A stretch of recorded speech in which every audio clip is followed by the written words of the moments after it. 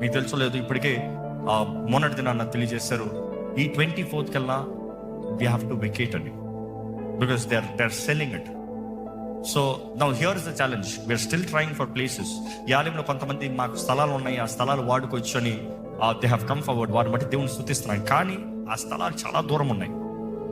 ఒక స్థలం అయితే ఇక్కడ నుండి 28 కిలోమీటర్స్, ఇంకో స్థలం అయితే 18 కిలోమీటర్స్. సేవని జ్ఞాపకం చేసుకోండి.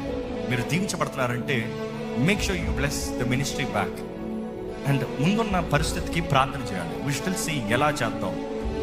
నాకంటారా, నాకు లోపల ఒక సమాధానం ఉంటుంది.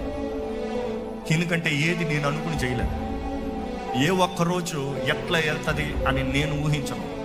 నాకు అప్ప చెప్పిన దాంట్లో నేను నమ్మకం ఉన్నానో మాత్రమే చూస్తాను. సేవ వచ్చినంత వరకు అదే కాన్సెప్ట్. మనం ఎట్లా ఎదుగుతామని అందరూ స్ట్రాటజీలు వేస్తారు, ఎట్లా ఎదుగుతామని. నా స్ట్రాటజీ ఒకటి, ఇచ్చిన దాంట్లో ఎట్లా నమ్మకం ఉందమ్మా. నమ్మకం ఉంటే దేవుడు ఆటోమేటిక్గా అధికంగా ఇస్తాడు, నో డౌట్ అబౌట్ ఇట్.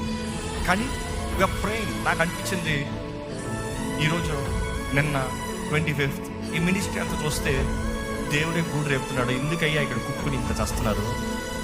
చూడండి ఎట్లా కుక్కుని ఉన్నారు చూడండి. ఎందుకు ఇంత కష్టం? చక్కగా స్వేచ్ఛగా ఫ్రీగా పోవచ్చుగా. I don't know what God's plans are. I don't know. We are only praying.